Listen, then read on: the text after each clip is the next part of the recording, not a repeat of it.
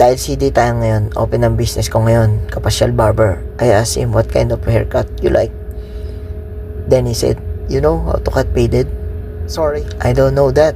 I told him, I only know plated cut. Then he said, what is plated cut? This is my first time I heard that there is plated cut. Maybe you gonna play my hair. Don't do that, man. Don't worry, bro. Faded and plated, that's the same haircut style. But faded, it's my own style. I just kidding, bro. But look at his face. Parang gusto niya na akong tirisin. Nagdududa na siya. Tingnan niyo mukha. Galit na. Isip-isip niya siguro, marunong ba talaga to? Sabi ko, don't worry, bro. I'll give you pre-cup. After this. Make it nice, man. Sure. Ngumingiti na siya eh. Nakikita niya na eh. Resulta ng plated ni Kapasyal Barber.